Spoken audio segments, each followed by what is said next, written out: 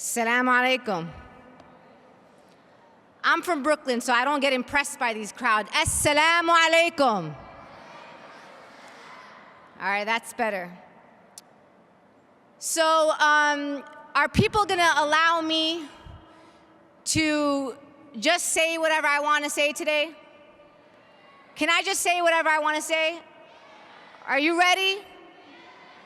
I've had a rough couple of weeks, and I just feel like I want to talk to my Muslim sisters and brothers. And I may go off topic a little bit, but I'm intentionally going to go off topic. So I was invited here today as a Palestinian Muslim American woman, a woman who cares deeply about standing up for the civil rights of all people, the human rights of all people. And between you and me, I'm really tired of having to come to Muslim conferences and have to explain to Muslims why Black Lives Matter is your issue. I'm tired of having to come here and explain that 1/3 of the American Muslim community is African American. I'm tired of having to explain to you why the killing of unarmed Black people, men and women, is wrong, and there's no way to justify it.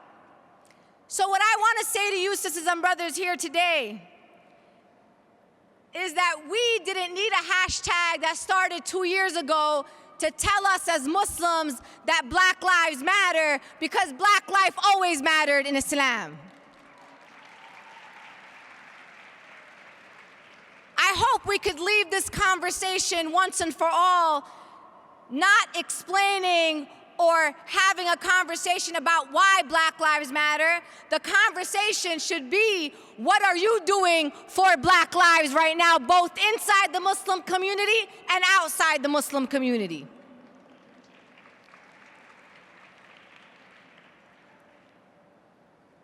So the conversation that I want to have with my Muslim sisters and brothers is going to come back to Black Lives Matter. But I don't always have many opportunities, and this is actually my first time at MAS-ICNA. So I want to use my first time wisely. And I want to share with you things that bother me, things that concern me about the Muslim community, things that really make me reflect on why we as a Muslim community are where we are today. Right after the election results, I was like everybody else. I was disappointed. But what I will say, and I don't know if everybody in this room could say this, I did everything that I could possibly do as one person to make sure that we didn't get fascism in the White House. I did my part, sisters and brothers.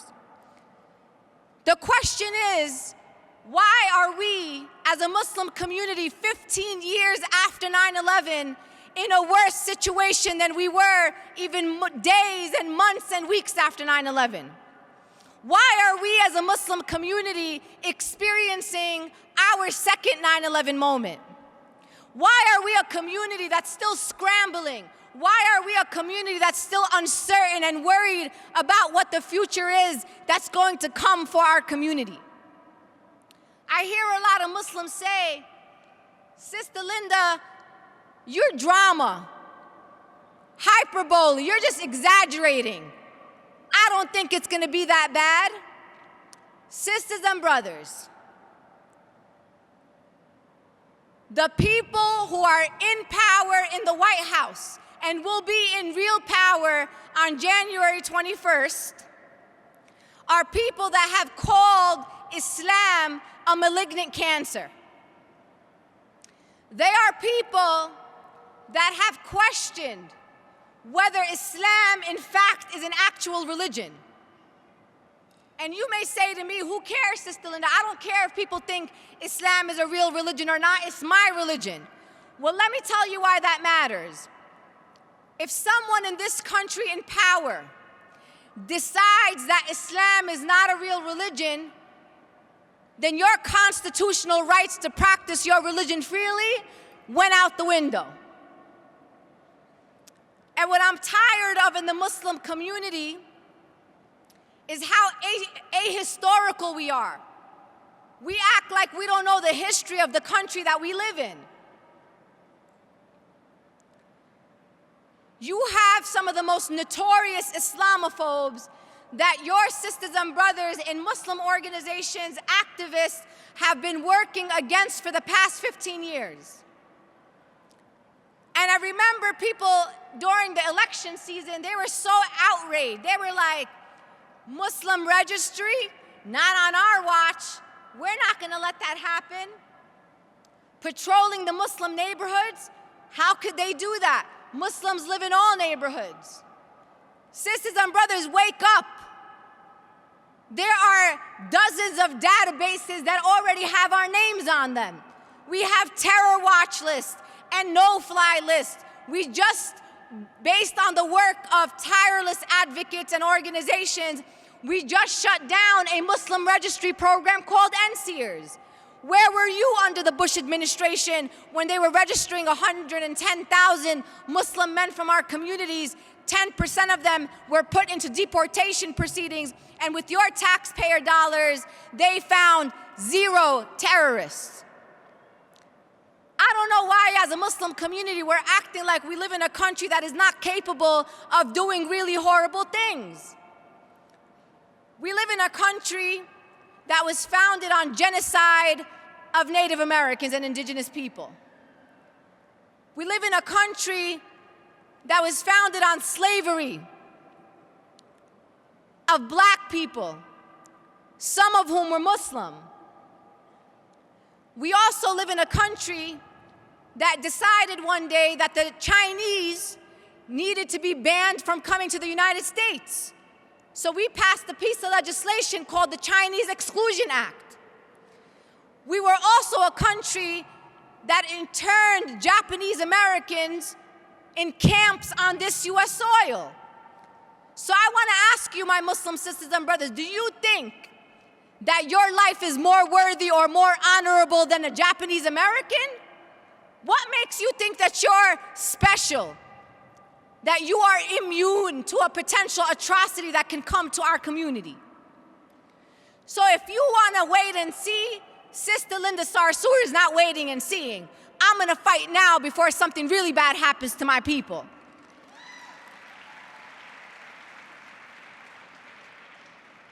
So I was getting criticized on Facebook, which is the story of my life, by the way, by all kinds of people, all the way from the left to all the way from the right and everybody in the middle. And the reason why I tell you that is because I don't care. If I believe in something, if I truly believe that I'm doing and saying the right things from the deepest of my heart, I don't care about the critics. There has never been a monument that has been put up of a critic. So the critics can say whatever they want. Now, I had a sheikh criticize me, and he actually quoted my Facebook where I said that I will be in perpetual outrage over the next 4 years. I am choosing to be in opposition and resistance to this new administration. I'm not going to the White House iftars. I'm not going to go to the meetings if I get invited to any. I will not sit with the enemy, with Islamophobes, with homophobes, with xenophobes, with anti-women and anti-immigrant zealots. Not me, sisters and brothers, and I don't believe anybody in the Muslim community should be engaging this next administration.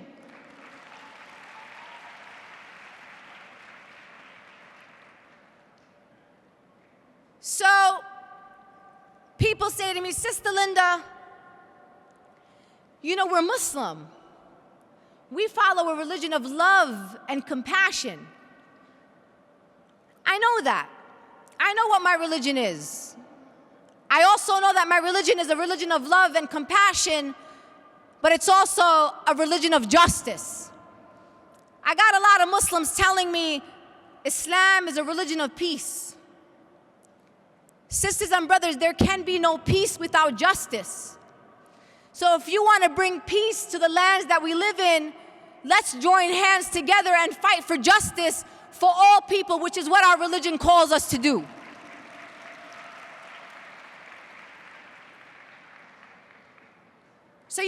asking me why I'm angry.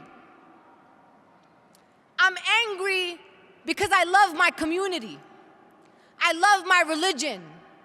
I love my sisters and brothers. And this administration won an election on the vilification of our communities, of our Muslim organizations, of our masajid, of our faith, of our beautiful religion.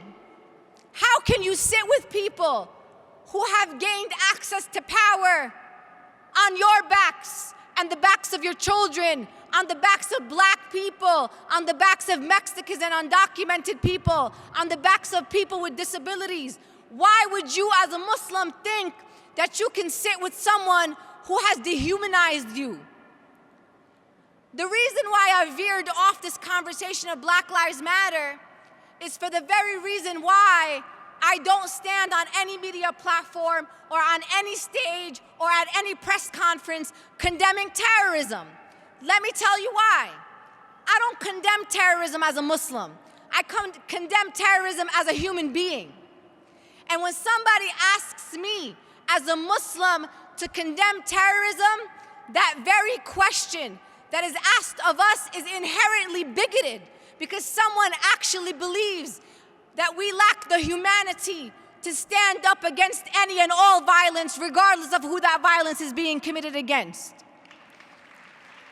Sisters and brothers, as Muslims and in front of our children, I am tired of standing on stages telling Christians, oh, we believe in the same God that you believe in. We are Americans just like you. We love our children just like you. We have families just like you. I'm tired every single day of our community having to prove their humanity. We are human beings, sisters and brothers, and if someone doesn't want to accept us as human beings, you don't have to fight for that right. You walk on and find some new friends. This is why it hurts me that black people in the United States of America, some of whom are in our community, 1/3 of your community is African Americans, that they have to justify to you why you need to stand up and say that unarmed people shouldn't be killed at the hands of those who swore to protect and serve us. It doesn't require people to have to tell you as a Muslim right from wrong, because our religion is very clear on what is right and what is wrong. And when somebody in our community makes a mistake, you got two choices. And you ask yourself, what would our beloved Prophet Muhammad sallallahu alaihi wasallam would do? He would always choose to be on the side of the oppressed, of the downtrodden, of the poor. He will never choose the oppressor over the oppressed.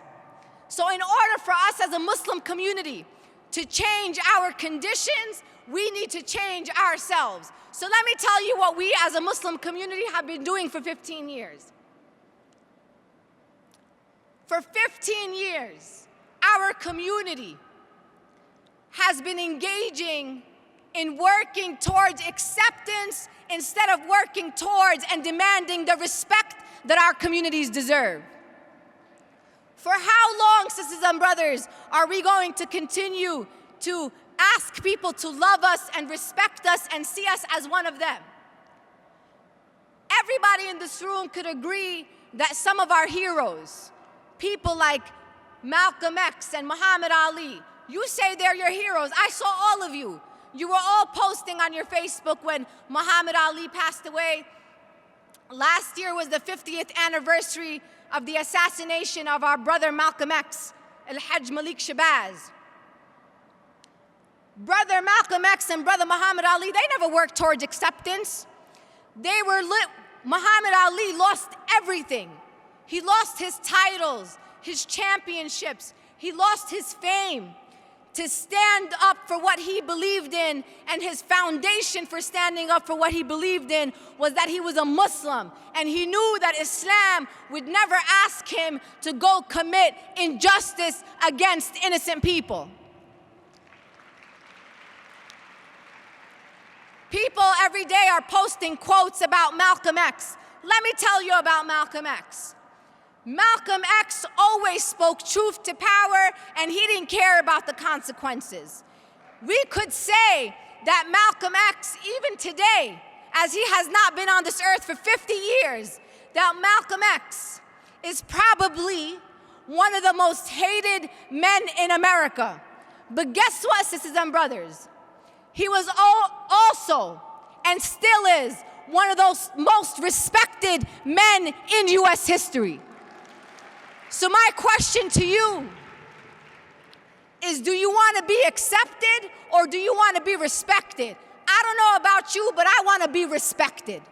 So in this room, you could say, Sister Linda, I don't agree with anything that you're saying. I don't care if you agree. But what I will say to you is that you may not agree with me, but I expect you to respect me and respect the positions that I have, and that's how we have to operate as a Muslim community. We have also been operating under this assumption that there's something called Muslim issues. Sisters and brothers, you live in the United States of America. There is no such thing as a Muslim issue.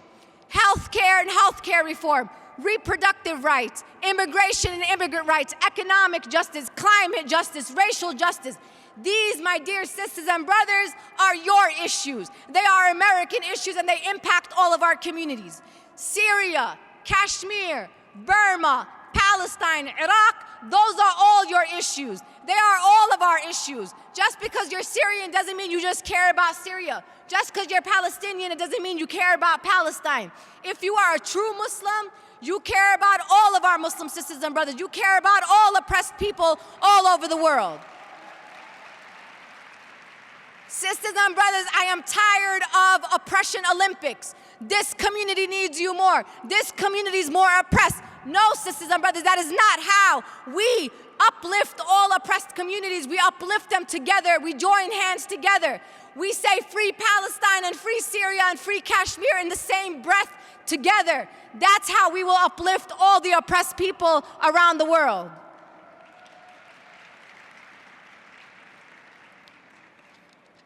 Sisters and brothers, I have nightmares.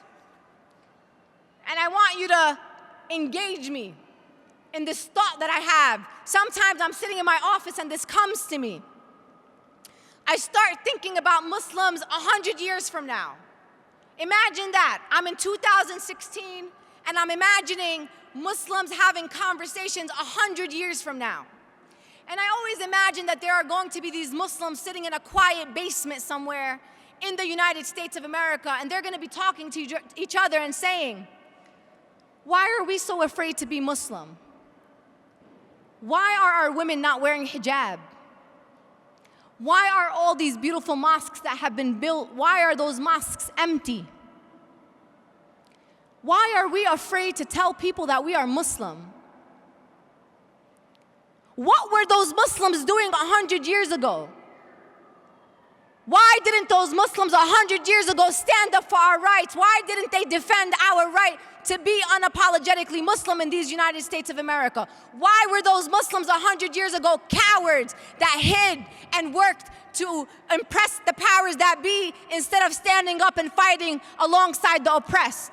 Is that, sisters and brothers, is that the story? Is that the conversations that you want Muslims 100 years from now to be having about you? I don't want Muslims having that conversation about me. I want Muslims to say, MashaAllah, Sister Linda was a Muslim activist. Sister Linda defended our rights, and it is because of people like Sister Linda and Sister Zahra and people at CARE and people at MLFA and people at MAS and people at ICNA and ISNA. It is because of them and the work that they did and our young people in our MSAs. It's because they stood unapologetically Muslim. They defended our rights to be Muslim. They stood up in the face of tyrants and oppressors, and yes, the President of the United States of America, and it is because of their work and their sacrifices that we could be unapologetically Muslim 100 years from now. Sisters and brothers, I'm tired of going to conferences, and I'm not talking about MAS-ICNA, I'm talking about all conferences, where people are talking about, oh, we need to change the narrative, oh, we need to find a collective American Muslim story to tell. You already have a story to tell. You just got to learn how to tell it.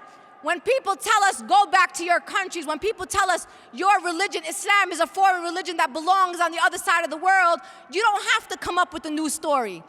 This story of Islam in America didn't start when our Pakistani grandfathers came here to go to medical school. It didn't start when our Palestinian and Lebanese grandparents came here after civil wars or conflict. You already have a story. Our black Muslim sisters and brothers already carved out your name in history. They already have laid a path for you. You just have to open your eyes. You just have to explore who you are as an American Muslim. I always read about people on Facebook who are looking and trying to find out what their DNA is and try to trace their lineage back and their history back. You as an American Muslims already know that Muslims came to these lands as enslaved people before these United States of America were even called the United States of America. These Muslim enslaved people, some of whom were some of the most educated, they were fluent in Arabic, some of whom were scholars, some of whom were members of the royal family. These people came here. And even sisters and brethren, this is what I want you to know, especially those of you who are in fear or are fearing some sort of uncertainty. I want you to imagine with me for a second, how did enslaved Muslims in the United States of America, how did they figure out how to pray and be connected to their faith? How did people who were enslaved, some of whom were tortured, how did they still believe there was a God? And even throughout all of that, somehow, some way, they carried our religion proudly, and it is because of their sacrifices that you get to sit in this room today and call yourself a Muslim American. So there's no need for you to come up with a new story, no need to waste the resources that we have as institutions that are limited. You have a very proud story. You have a lineage of resilience in this country, of pride in this country. Don't tell me about a mosque that was built in the 1940s. I want you to take your kids back to the 1700s, even the 1500s, when Muslims came and built the first English colony called Roanoke Colony on the coast of North Carolina. That's how far back your story goes. So when somebody tells you go back to your country, you tell them, I was here way before you ever knew there was a United States of America.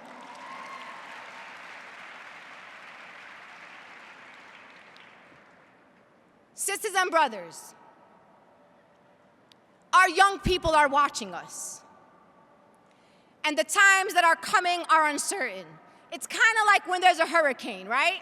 What happens when you hear there's a hurricane coming? You go to the supermarket, you buy everything on the shelf, you come home. Then what happens? You hear on the news that the hurricane went east. It missed your house. The important part was that you were prepared. And what I'm saying to us as a Muslim community is we have to prepare ourselves, and may Allah protect us, and may nothing happen to our communities. But the idea here is the time is now to prepare ourselves, because 15 years after 9/11, we have found ourselves unprepared for what could happen to our communities.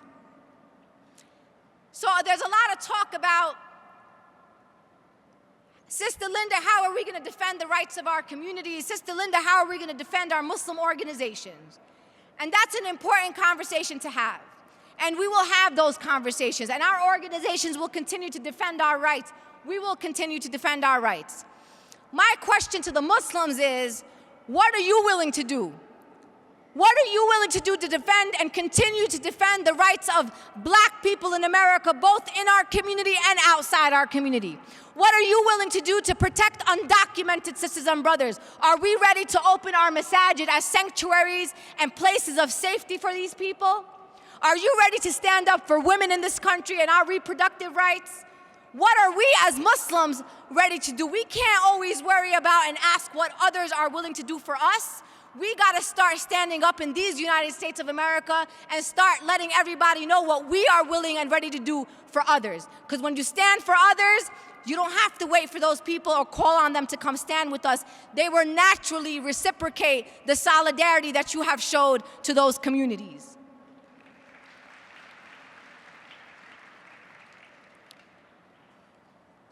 Sisters and brothers, fear is a choice. I'm going to say that again. Fear is a choice. It's not a fact. So we as a community have to make a choice right now. Are we going to organize from a place of fear, or are we going to organize from a place of courage?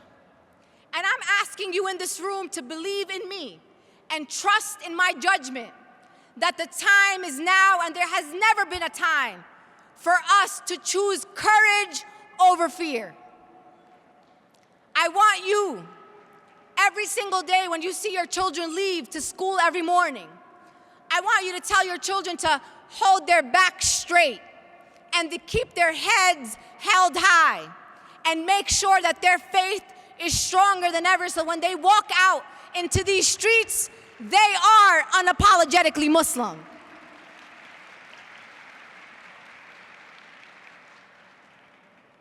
Sisters and brothers, I'm unapologetically Muslim, not because I believe I don't have a choice, but to carry on the legacies of communities before me. I want you to understand that we have every right in these United States of America to be unapologetically Muslim. Don't let anybody take that right away from us, because when you allow people to take that right away from us, then you allow that right to be taken away from others, and you allow that right to be taken away from Muslims and generations of Muslims to come. A few weeks ago, during Thanksgiving, I went with Imam Khalid Latif and Imam Dawood Yaqeen to Standing Rock. And as a Muslim, I wanted to show solidarity with my Native American sisters and brothers that we too, as Muslims, believe that water is life. And mashallah, when I went to Standing Rock, I met Native American Muslims, our sisters and brothers who were there. And I was so humbled by this experience to be able to be somewhere and say that no matter what, it went full circle, that we are still standing in solidarity with the most indigenous people of this land. If the most indigenous people of this land still don't have their rights, how do you think you as Muslims are gonna get rights? Do you think it's just magic? Sisters and brothers, our nation needs you now more than ever to be its moral compass. We have everything. We have a religion and a faith that is rooted in compassion, love, and justice. And that is what we need right now to lead these United States of America. And I don't want you to be caught off guard by my anger. I am angry, sisters and brothers. And let me tell you about anger. Anger against injustice comes from love. If I didn't love people, if I didn't love my community, if I didn't love humanity, I wouldn't be angry at injustice. I would allow injustice to happen around me. So don't let people silence you and tell you you're too emotional, you're too angry. I want you to respond to people when they say you're too angry or why are you angry? I want you to say this: why are you not angry? There's enough injustice around us that we should always be outraged at the things that are allowed to happen on our watch, in Aleppo, in Palestine, in Flint, Michigan, in Detroit, in Brooklyn, and yes, in Standing Rock. So let me tell you about my plans. I am very honored as a daughter of your community to be one of 4 national co-chairs for the Women's March on Washington. And I am honored to represent my community with over 500,000 people that are going to meet this next administration on their first day in office, January 21st. And our message is going to be very clear. We are one. We are united. Hands off our Muslim sisters and brothers. Hands off our undocumented sisters and brothers. Hands off women. Hands off people with disabilities. Hands off seniors. We, sisters and brothers, have the opportunity for generations to come to say that Muslims led the fight against fascism and xenophobia and Islamophobia and homophobia in 2016, in 2017, in 2018. Let us be those heroes in those history books for generations of people to learn about us and our convictions and our values. Sisters and brothers, one thing I learned from Standing Rock is that your responsibility is not just to now and to this generation. They believe that we have a responsibility for 7 generations to come. So I want you to think about every action that you take, every decision that we make as a community will impact 7 generations of Muslims to come. And what I want to see 7 generations from now is people in our communities who are more unapologetically Muslim 7 generations from now than we are proud to be Muslim today. And that is your responsibility, that is your story to write, and it is your decisions that will let us know whether Islam thrives in America or Islam dies in America. Assalamu alaikum.